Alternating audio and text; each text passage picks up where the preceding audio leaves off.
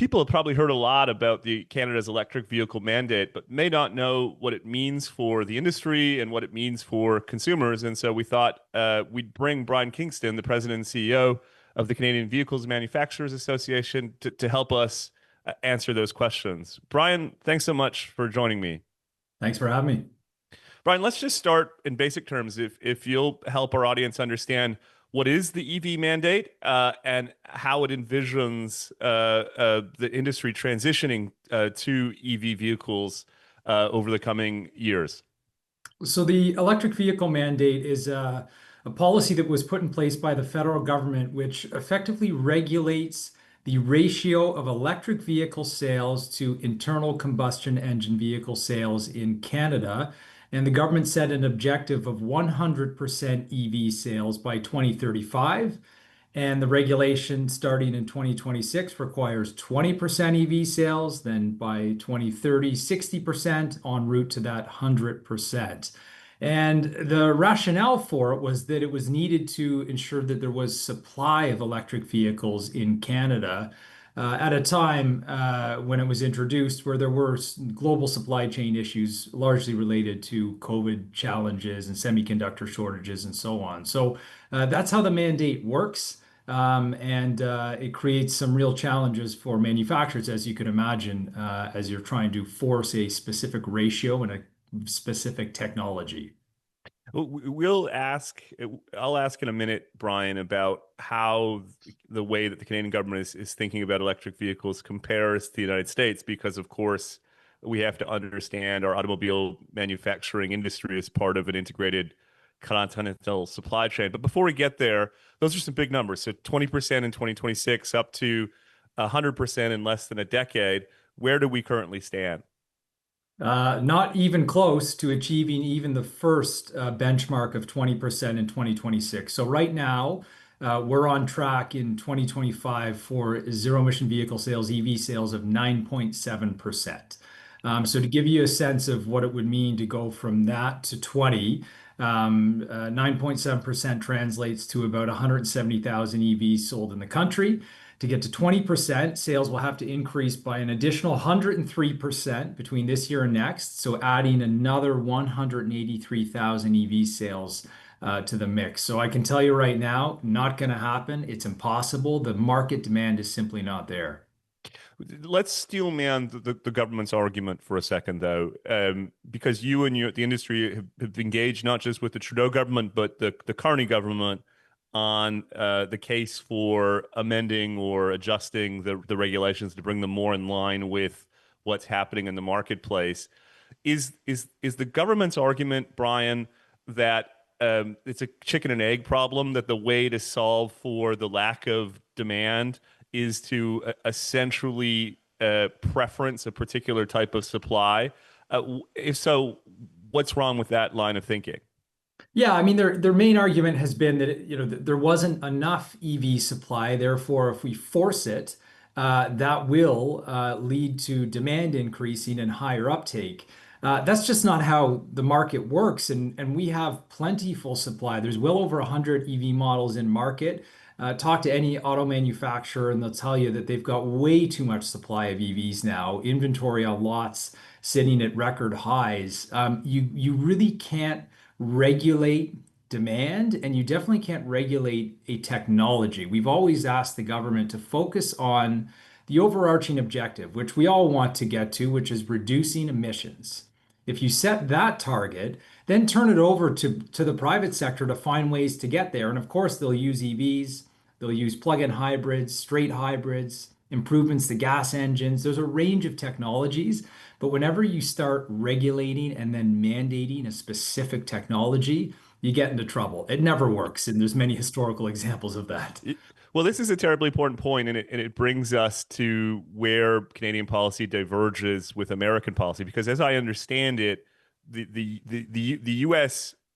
Version of Canada's EV mandate sets out a goal with respect to energy efficiency or emissions efficiency of different types of vehicles, but doesn't prescribe what precisely type of vehicle the industry ought to be producing, which is to say, if American automakers can meet the emissions targets with hybrids or adjustments to conventional engines or EVs, that's satisfactory.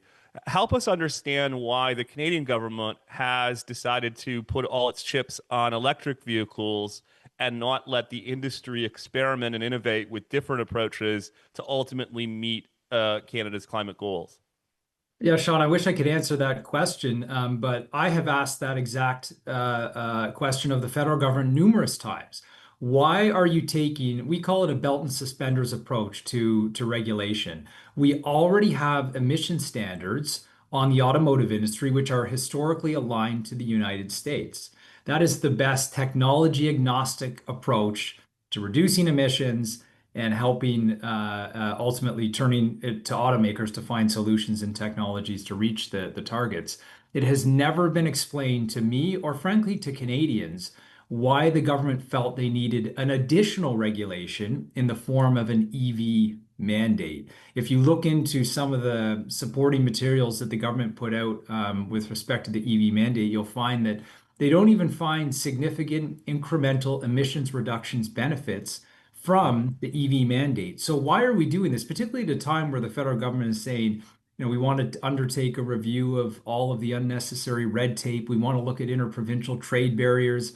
This EV mandate is a very good example of duplicative red tape, and it presents a trade barrier because we not only now have two federal regulations that apply to the automotive industry on emissions, but you also have a EV mandate in Quebec and BC. Very complicated to operate a business across Canada in this environment. Now, setting aside what's happening with respect to trade between Canada and the United States and how that may affect your industry and others, talk a bit about the consequences of Canada regulating the sector with respect to electric vehicles and the United States going about it differently. How does that affect integrated supply chains between our two countries? Yeah, I mean, this industry is the poster child of North American integration. For over 60 years, governments on both the Canadian and US side of the border have worked extremely hard to align regulations to create a very efficient, tightly integrated supply chain. As a result, now, if you look at the plants that we have in Canada, over 90% of our production is going to the US. Mm. So when you start to introduce regulations which are divergent from what the US is doing, our biggest customer, our biggest market, it creates huge problems. Nobody comes to Canada to build an auto plant to service Canadians only. That would never make sense. We don't have the economies of scale.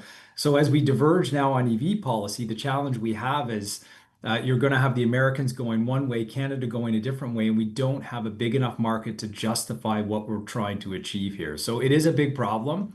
We have to remain aligned with the United States, and I'm confident we'll get through these trade issues. But a go-it-alone approach in Canada, definitely not going to work. I want to come back to something you said earlier, Brian, and that is, notwithstanding the government's policy, there's just no practical way that we're going to meet the target in 2026. And all things being equal, it seems highly unlikely that we'll meet the eventual target in 2035. What are the consequences of the industry falling below the government prescribed sales target? Yeah, well, a couple of points there. First, on not meeting the target, one of the main drivers here has been charging infrastructure. We've been raising this for years. We've got 37,000 public chargers available to Canadians. According to the government, we need to be building 40,000 every single year for the next 15 years. So, I mean, just massive. It's not insurmountable, but there's no way you're going to build at that pace.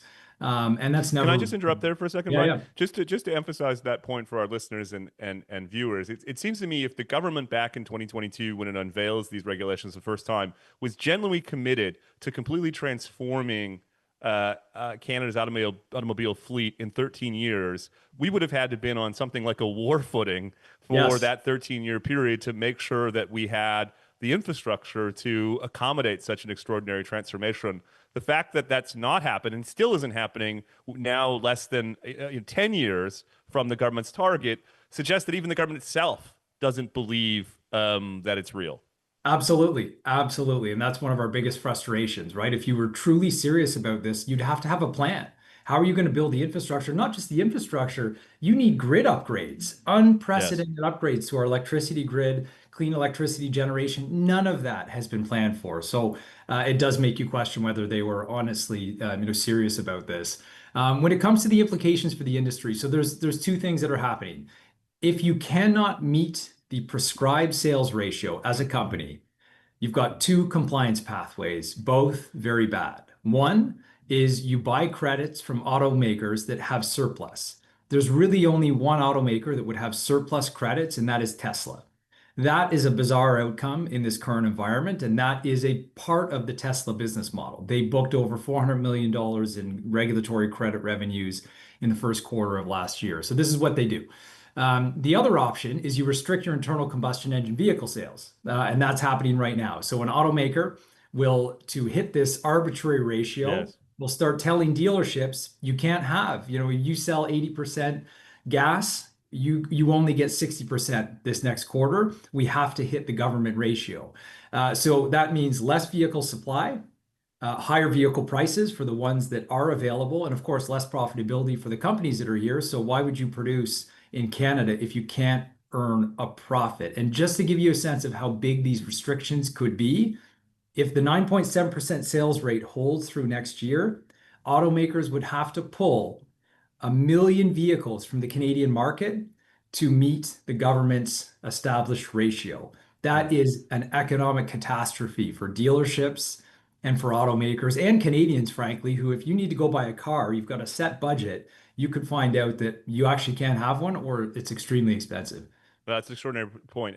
In effect, what you're saying is one of the perverse outcomes would be to force the industry to essentially reduce the denominator That's in correct. order to meet the government's arbitrary threshold. It reminds me, you recall that back in the Kyoto years, I think one of the few countries that actually met the Kyoto targets was Russia because of the economic decline coming out of the Cold War. So it wasn't that the country was making significant strides to reducing emissions. It's just that its Right. economy had cratered, and Yes. as a consequence, it looked relatively environmentally friendly.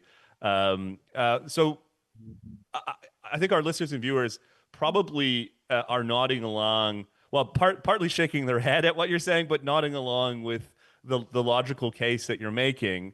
But again, to steelman the argument, what would you say to those who might claim that this is really just the industry not wanting to go green? Why is that? Why is that line of thinking wrong? I mean, I think all you need to do is just look at the investments that automakers are putting into electrification and to other technologies to reduce emissions. The money has been put there. We're looking at over $1.2 trillion globally into electrification. Canada's been on a huge run, Hmm. $46 billion in new investments since 2020, most of which is into the EV supply chain. So the investments there. The vehicles are there. If you want to buy an EV, including anything from an electrified pickup truck through to a large SUV, it's there and it's available. So there's plenty of evidence to show that automakers are committed to this transition. The case that we've always been making, though, is that you can't force it at a pace that the consumer isn't ready for. The Yes. automaker that's going to win the day here is the one that can come forward with a vehicle that provides consumers with the range they want, hits that right price point, gives them all the features they need. That is going to be a very successful vehicle and a very successful company. So everyone is racing towards that, and we will get there at some point. But this idea that you can mandate consumer behavior and demand is just, it's a false assumption that the government has made. A final question. In light of what you've just set out, what what is the industry's preferred policy approach if the government is indeed listing? Stick to regulating emissions. Put a target out. The industry will hit it. They always have. So put forward an emissions reduction, which is what we currently have, an emissions reduction framework.